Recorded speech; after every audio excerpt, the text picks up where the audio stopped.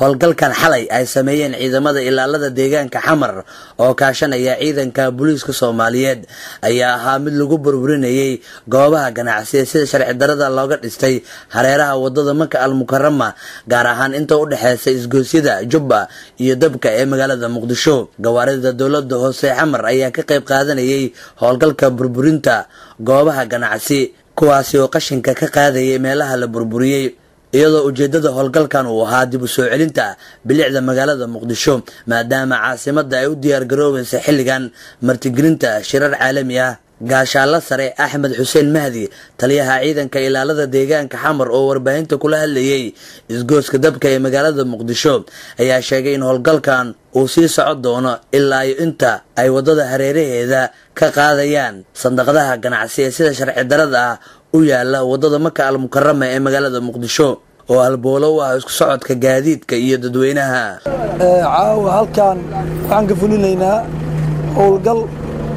amar uu soo saaray duqa magaalada gudoomiyaha gobolka Banaadir ana duqa magaalada Muqdisho mudane Xasan Maxamed Xuseen kaas oo lagu nadiifinayo laguna soo celinayo bilacda magaalada Muqdisho halkaas oo aan ka wada qayb galnay maamulka gobolka Banaadir iyo booliiska kulli aan ka wada qayb galnay si uu soo noqoto bilacda magaalada Muqdisho insha Allah ta'ala ma soconaysa caawa oo kaliya waxa ay soconaysaa inta ay ka soo noqonayso bilacda magaalada dhammaan. hadda waxaan ku sugannahay meesha la yiraahdo Dabka wadada mataqaanaa ishaag muxuu ahay wadada Maka al-Mukarrama dhammaan wadooyinka magaalada dhaxmara ee faras magaalaha iyo hareeraha kulli waa maraynaa waana hagaajinaynaa insha Allah ta'ala inta ay ka soo noqonayso bilacda magaalada Muqdisho. kaaliyaha duqa magaalada Muqdisho ee dhinaca dawladda hoose xamar Sheekh Umar oo isna warbaahinta kula hadlayay goobtaasi